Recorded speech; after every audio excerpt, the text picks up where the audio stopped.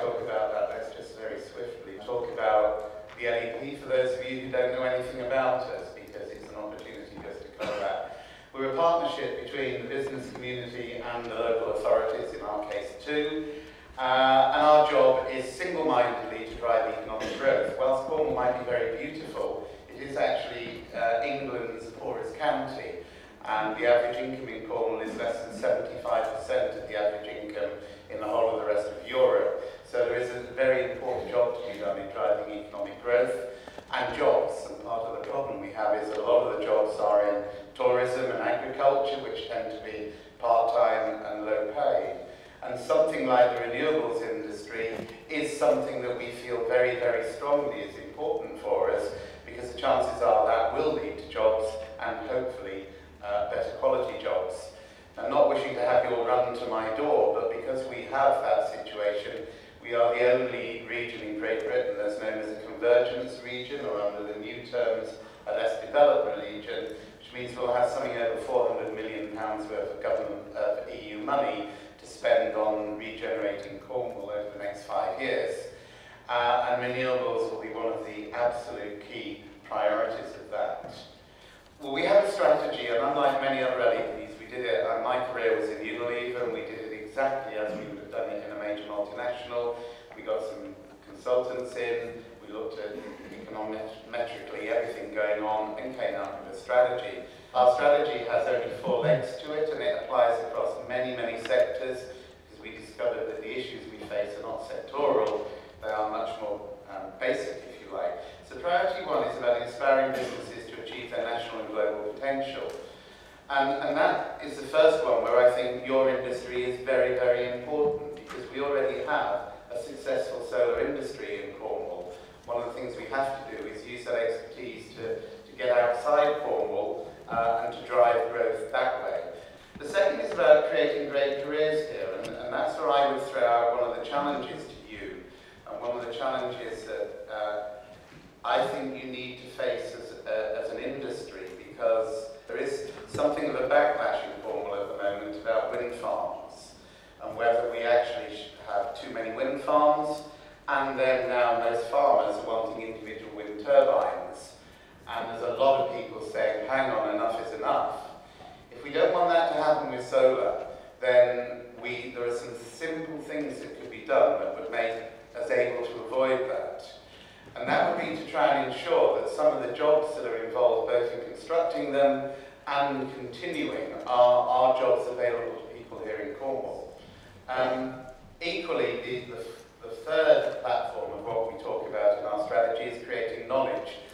Cornwall now has the best internet connection of anywhere in Great Britain. My children all live in Islington. I get a better signal through superfast broadband in Trelights, a tiny little village, than you get in Islington. And we have some plans on 2 areas where you'll get 100 times faster that signal, which would put us in the absolute world league. So knowledge becomes a real enabler to anything in Cornwall through that link, and we spent 140 million on building that network across Cornwall. So we hope as you learn what's going on, that knowledge can also become a competitive advantage for us here. And then the fourth priority, which is where you sit solidly, is about using the natural economy, that should say, responsibly as a key economic asset. Because if we look at Cornwall, and you look at the fact that we are the windiest county in England, hence the number of wind turbines here, we also have the highest waves in England and the second highest in the UK, the other being a vector of Cape Wrath. And then possibly the biggest possibility is geothermal. To do geothermal well, the preferred geology is granite batholith, and all of Cornwall is that. And the latest reports from Arup and others suggest that we have potentially the ability to produce 20% of the total energy requirements of the United Kingdom. And then of course we have the sun. I'm reliably informed that apart from the Isles, the Channel Islands, Cornwall is also the sunniest part of Great Britain. And that's one of the reasons why you're looking at solar energy.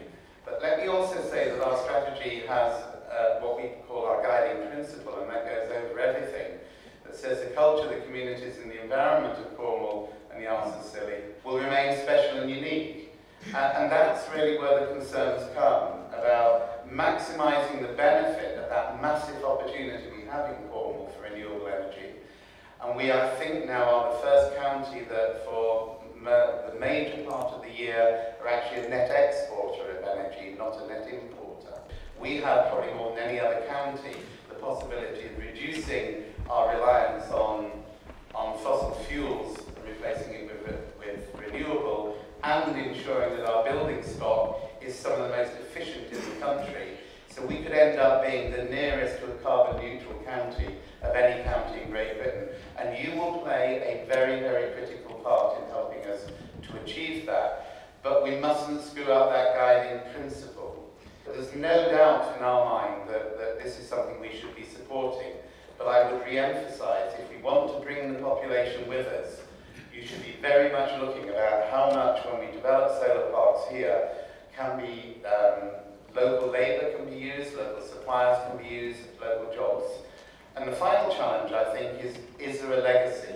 Because the common vernacular that you hear if you talk to people is, there was a nice field that used to grow pretty crops, it's now covered with solar parks, somebody from out of the county came and built it with Chinese technology, and then they all sodded off, and the only person who gets any benefit from it is the landowner. And whether that's true or not, that is the perception. If you look to Germany, a lot of the benefit has a community element, and the plea for me in your discussions today is how could we build some small community benefit in this.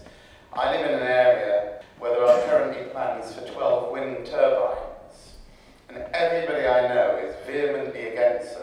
If somebody said, well actually those 12 wind turbines will reduce your energy bill by X%, I have a feeling overnight all my neighbours would change their view.